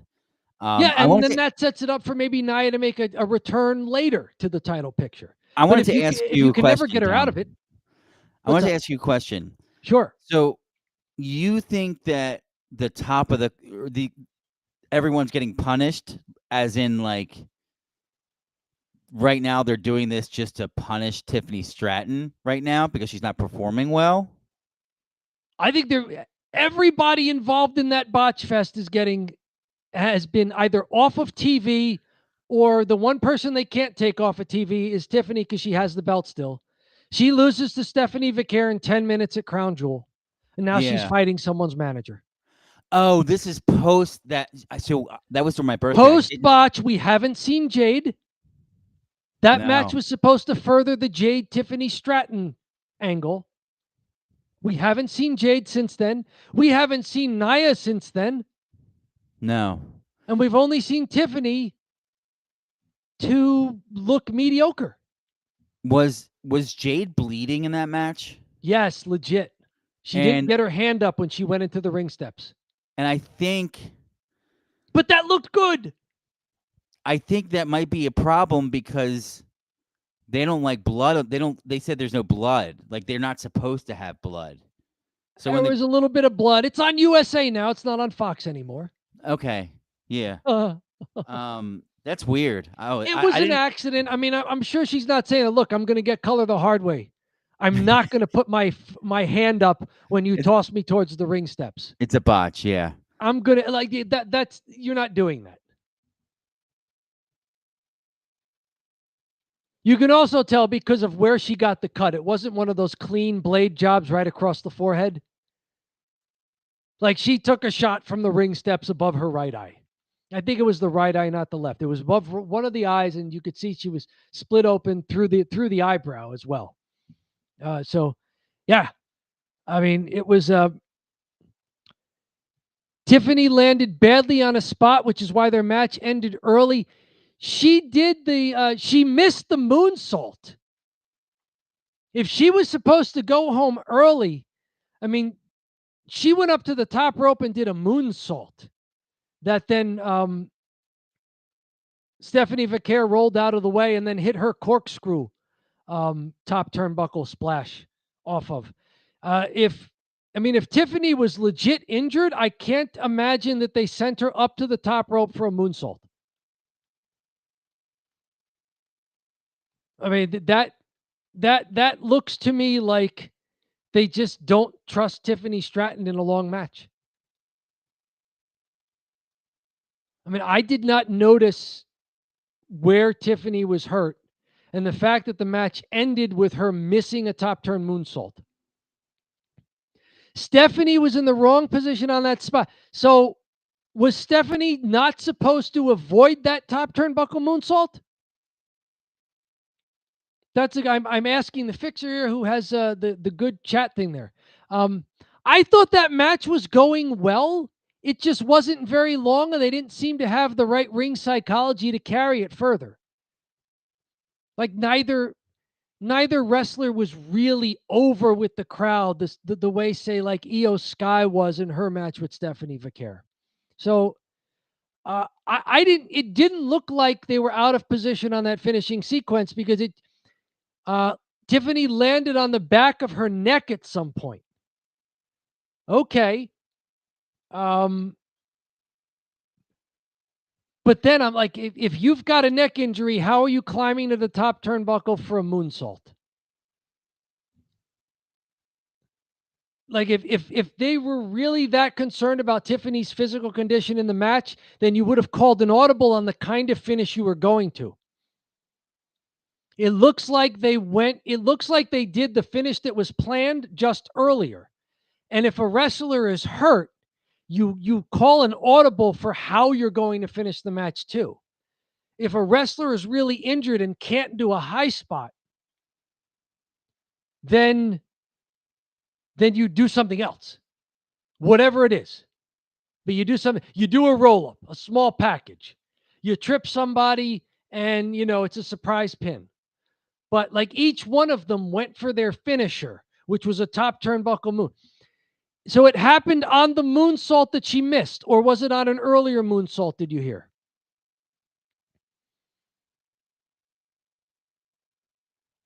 So the moonsault,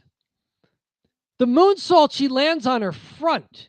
Did she injure herself on that senton that she does off the top turnbuckle, where she turns her body very, very late and almost looks like she's landing on her head and neck? Like if that happened, then I would totally believe that she got a little bit of an injury doing that senton bomb off the top turnbuckle. Knees up and hit her on the back of her neck. Okay, so the knees up on the senton. Hit her on the back of the neck. Okay, but if that's where the injury occurred, I have trouble thinking that a wrestler was hurt and they sent her. I mean, can you see what I'm saying? Like if Tiffany Stratton's hurt, how is she doing her highest of high spots to get pinned? Like if you're groggy, you're not climbing turnbuckles. If you're groggy, you're not backflipping off of the turnbuckle when there's purposely not going to be a wrestler there to catch you. Like I don't see how, if you're injured, like when the famous match in TNA when Jeff Hardy was still feeling the effects of his drugs, whatever he was on, whether it was painkillers or anything, and came out to a match where he was supposed to beat Sting for the title. That match, when they noticed that Jeff was in no position and he could not climb turnbuckles, they called an audible. It did not involve, Jeff, why don't you go up to the top turnbuckle and try to hit a senton or something, and just, no, it was, we're keeping this on the mat and you're losing quickly.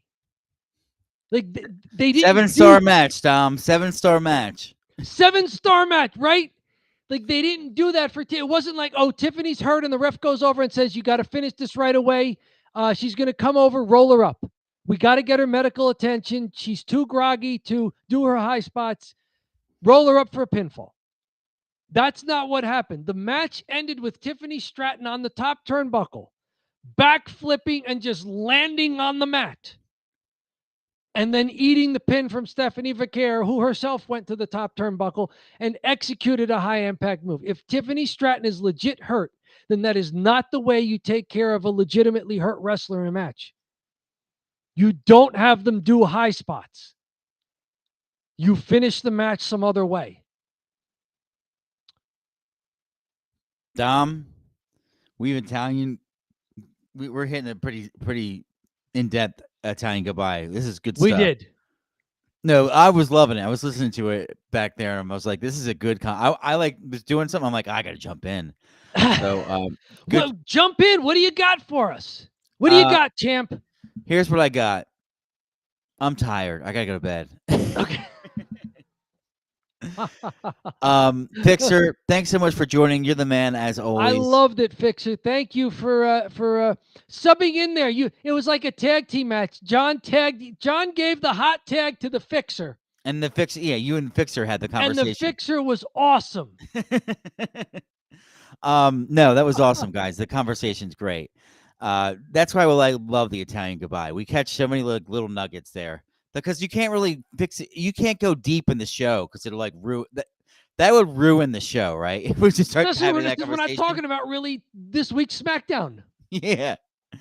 But anyways, Fixer, so much fun, and Dom, thanks so much for doing this. This was a good one. We had a lot of people on, so very good. Wherever you are watching us on the live stream, know that our archive of shows is at YouTube. Find us. Don't Bury the Lead, a wrestling channel on YouTube, where you not only get the archive of all these live streams, but you also get the edited videos and wrestling essays that John puts together. And John, you also do the hashtag shorts videos that are under 60 seconds. All of our content lives on YouTube, even though it is live streamed to several platforms. Give us a subscribe. Give us a like. All that stuff helps our channel grow. It helps more people find us. And if you'd like to become a premium subscriber, that option is available also. Help us climb the next mountain. Don't Bury the Lead, a wrestling channel on YouTube. Dom, perfect. I love it. Listen, we have 3 people on the YouTube side. We're a small channel. I ate all those pitas because I had to try the dips. There was the olive dip and the hummus dip, and there was the other dip, and there was like 3 other dips. I didn't know what they were, and I couldn't try them all at once. They wouldn't fit on a plate, so I did 3 and the pitas, and they were good. And I said, I'm going back for the other 3 dips, but then I needed more pitas. That's why I had all the pitas. It's not that I just like pitas. It's just that it made sense. You're doing the dips. You're doing the pitas. We have 3 people on right now. I know. Who have no idea what I'm talking about. Who have no clue what you're talking about. One is the Fixer subscribe. The 2 other people, we're a small channel, really helpful if you do subscribe. And you can turn off the notifications, whatever. Just the more subscribers we get, the more YouTube thinks we're great and they'll push our videos. So with that said, without further ado, thanks so much for your time, everyone. I really appreciate it. Thanks, Dom. Thanks, everyone. Thanks to the people watching. And have a great rest of your evening.